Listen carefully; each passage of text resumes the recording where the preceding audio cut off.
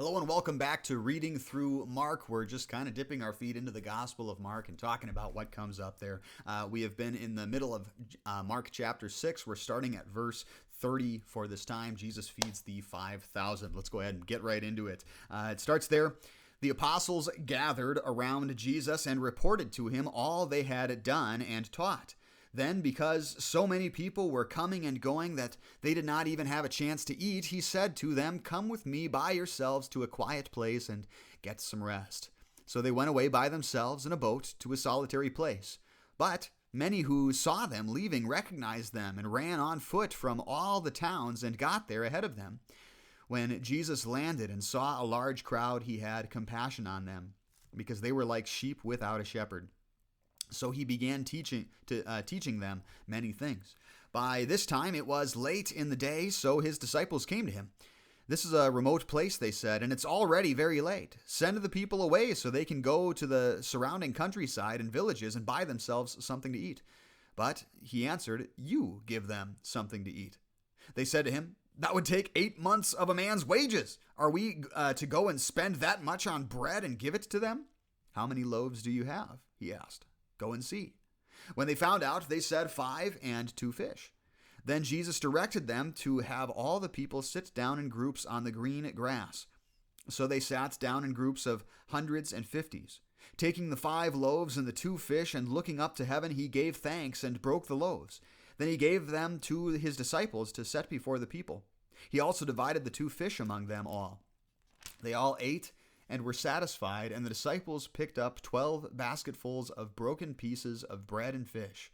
The number of the men who had eaten was 5,000. So this section begins with the disciples returning to him. If you were with us for our study of the first half of chapter 6, you saw Jesus send out his disciples so that they were doing some teaching on their own without Jesus. Again, talking about Jesus delegating authority, giving that or dividing that work among his people, so it's not just him doing it, the ministry.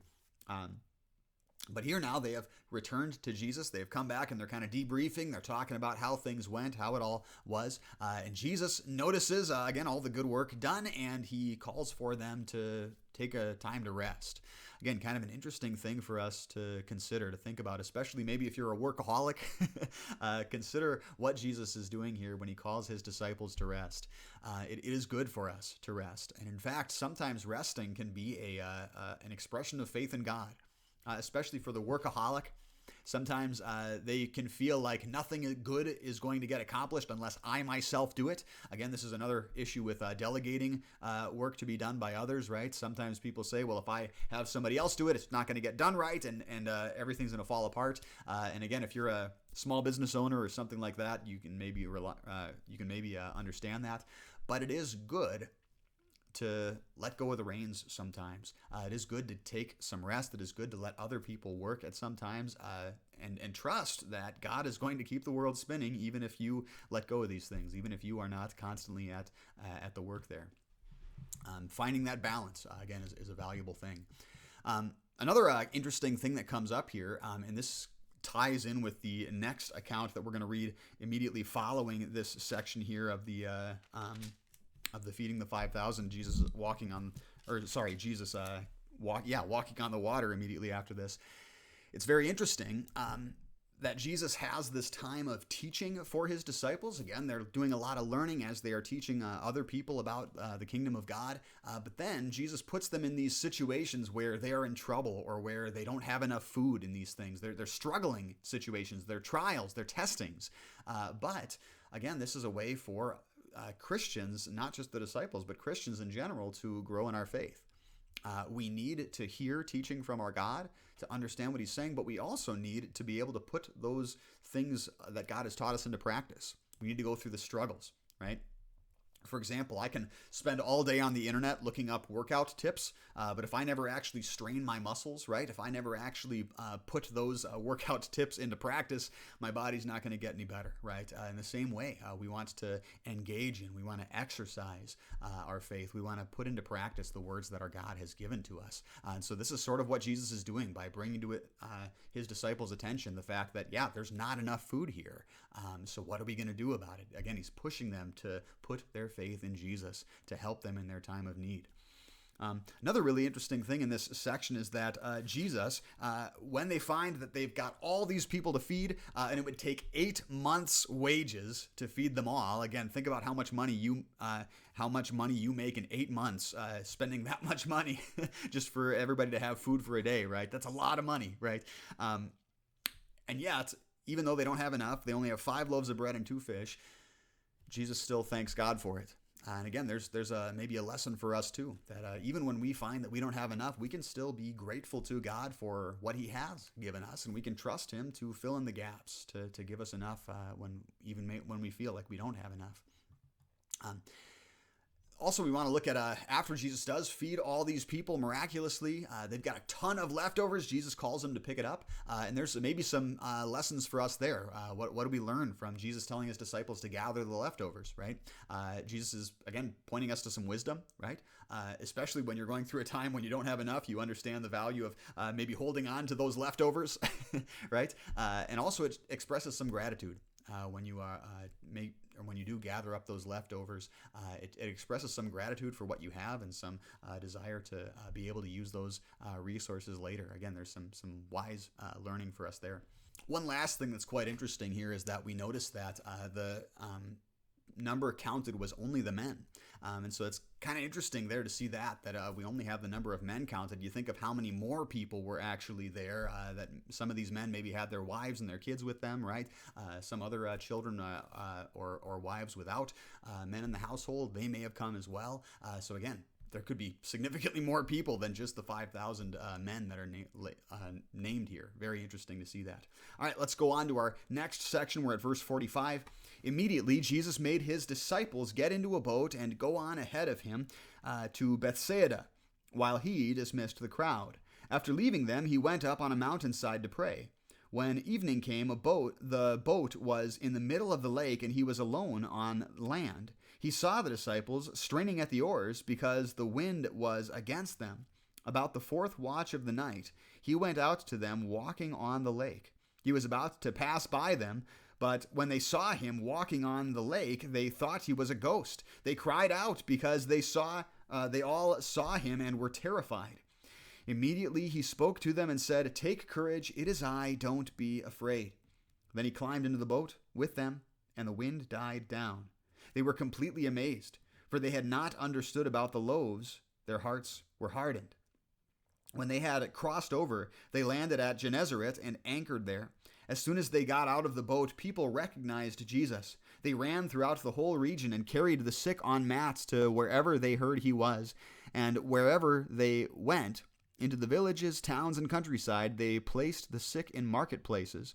They begged him to let them touch even the edge of his cloak, and all who touched him were healed. Now, this is kind of a fascinating section here.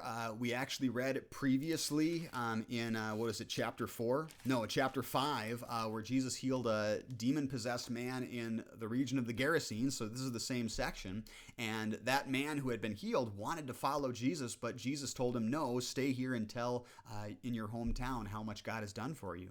So it seems that man who was healed of demon possession, his ministry has worked pretty well. Because now, if you remember, those people back then wanted Jesus to leave their place, and now the people are swarming Jesus. Now the people are bringing all their sick to Jesus. Now the people believe, very likely, because of the impact of that man who had been exorcised of the demons after that healing. It seems he has had a lot of success in his ministry, a lot of people coming to faith in Jesus through that. Very cool to see. Once again, we see, kind of this fascinating concept of Jesus putting his disciples in these dangerous situations to stretch their faith. I always am fascinated by Jesus walking on the water. What did that look like? Was Jesus going up and down with the waves with it? Was Jesus at a steady point and the waves kind of splashed over him? Did things kind of part ways a little bit, like crossing the Red Sea, and there was kind of a flat bit of water that Jesus was walking on? Who knows how all these things looked? Would be fascinating to see. But very interesting that we read that the disciples are afraid, they are confused, they didn't understand about the loaves, and we even read that their hearts were hardened. Now, this is really surprising that the disciples are described as having hardened hearts. Throughout the scriptures, a hardened heart is a complete rejection of God. We see that quite a lot, especially Pharaoh in the book of Exodus, for example. Pharaoh hardens his heart against what God is demanding as God sends Moses to call Pharaoh to let his people go. And yet here we find that even the disciples had hardened hearts. Pay attention to this as you go through the Gospels, the doubt, the lack of faith, the hardened hearts that the disciples have, because it really teaches us a lot about our faith in Jesus. It's not a simple matter of, well, I'm saved, and that person's not. It's not a binary situation often. Instead, it is kind of a spectrum of salvation. It is a journey that we're going on, that God is leading us to grow in faith, to grow in our understanding. Here, the disciples, again, they know who Jesus is. They have some kind of faith, and yet, in so many ways, they still don't fully trust Jesus. And this is totally changed after the day of Pentecost, when the disciples are now willing to die for this faith. But it's a growth period that they have to go through. And in the same way for us today, we don't just get baptized and boom, I've just got all Christianity figured out. It's this continual growth, it's this continual path, this continual working out, exercising that we need to do in order to grow in our faith and be spiritually healthy, to be able to see spiritually in a clear way. So that's all for now. With that, God's richest blessings on you all until we meet again. And I say, can't be that easy. And he said, and no, it wasn't easy.